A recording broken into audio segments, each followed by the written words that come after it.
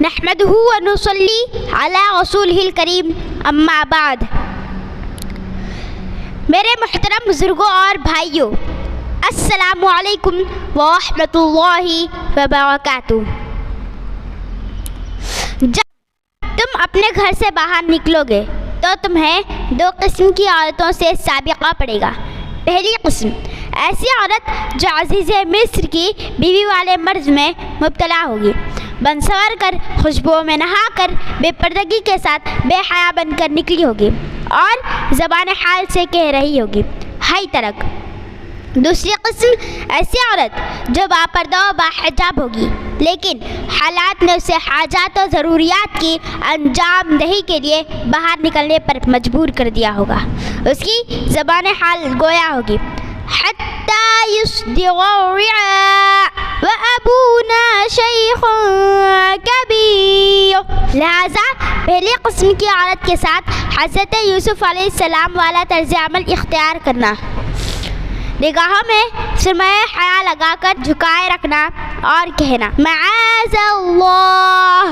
اور دوسری قسم کی عورت کے ساتھ حضرت موسیٰ علیہ السلام کے طرز عمل کو اپنانا، بہت ہی ادب کے ساتھ خدمت پیش کر کے اپنی راہ اپنا لینا۔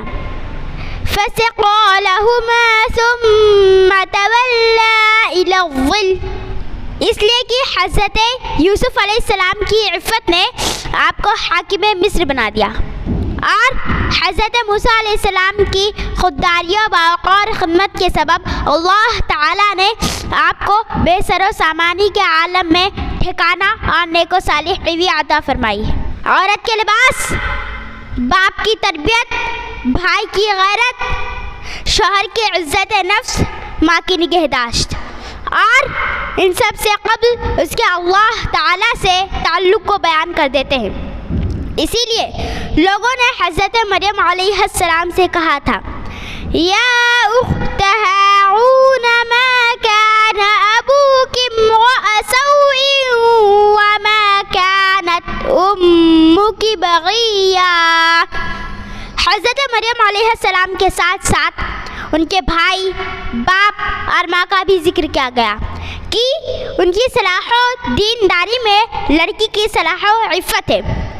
ایک عورت کہتی ہے، جب میں کسی لڑکی کو فیشن و نمائش میں اور بے حیا و تنگ لباس میں دیکھتی ہوں تو اس کے والدین کے بارے میں اللہ تعالیٰ کی وعید ذہن میں گردش کرنے لگتی ہے۔ وقفوہم انہم مسئولون، تو میں اور زیادہ باحیا بن جاتی ہوں تاکہ میرے ماں باپ سے میرے متعلق سوال نہ ہو۔ دنیا کی ساری چیزیں جنت میں حلال ہو جائیں گی سوائے فحاشی اور یعنی کے، اللہ تعالیٰ نے اسے دونوں جہانوں میں حرام ہی رکھا ہے، بلکہ لباس اور ستر پوشی تو ایک بہت بڑی نعمت ہے۔ ان لک الا تجوع فیہا ولا تعری، جو بھی اس پیغام کو دوسروں تک پہنچائے اللہ تعالیٰ ان پر اور ان کے اہل و عیال پر باران رحمت برسائے، امت کی بیٹیوں اور بیٹوں کی حفاظت فرمائے اور انہیں ایمان پر مر مٹنے کا بے مثال جذبہ عطا فرمائے۔ آمین ثم آمین۔